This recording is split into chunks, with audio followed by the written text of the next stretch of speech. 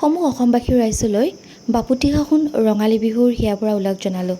ৰাতিপুৱাই গোসাঁই সেৱা কৰি লৈ গোটেই ঘৰত জ্যেষ্ঠখিনিক সেৱা কৰিলোঁ। তাৰ পাছত ব্ৰেকফাষ্টত লাগি গ'লোঁ আৰু এইফালে বৌয়ে বনাই আছে পঞ্চামৃত। আমাৰ ওদালগুৰিত ইমানখিনি নিয়ম পালা নহয় বাৰু, ইয়াতে পূৰা পালিছোঁ। তাৰ পাছত এইফালে ব্ৰেকফাষ্ট কৰিলোঁ। ব্ৰেকফাষ্ট কৰিলে অকণমান ৰেডি হৈ ল'লোঁ, যিহেতু বিহু ভাবিলোঁ দুটামান এনেই ৰিলচকে বনাওঁ বুলি।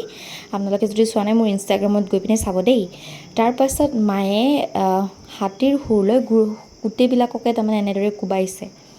তাৰ পাছত এইফালে আমাৰ দিদিয়ে ৰেডি কৰি আছে জালৰ বাবে মানে সামগ্ৰীবোৰ, আৰু এইফালে বৌয়ে পূৰা লাগি আছে কিটচেনত মানে চিকেন বনোৱাত, আৰু মই বনাই আছোঁ এইফালে আলু ভাজি, আৰু এয়া বৌয়ে বনাইছে সৰিয়হেৰে মাছ, এয়া শাক, তাৰ পাছত আৰু এইফালে ব্ৰইলাৰ চিকেন। তাৰমানে বৌয়ে আহিলে বৌয়ে বনায়, মই মাত্ৰ হেল্পহে কৰি থাকোঁ, কাৰণ বৌয়ে বহুত টেষ্টি বনাই যে সেইটো কাৰণে।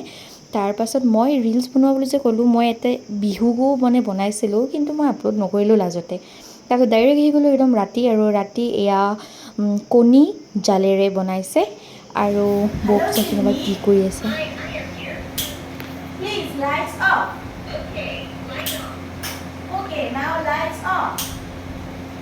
শুনা পানাই কালেৰি Lights on.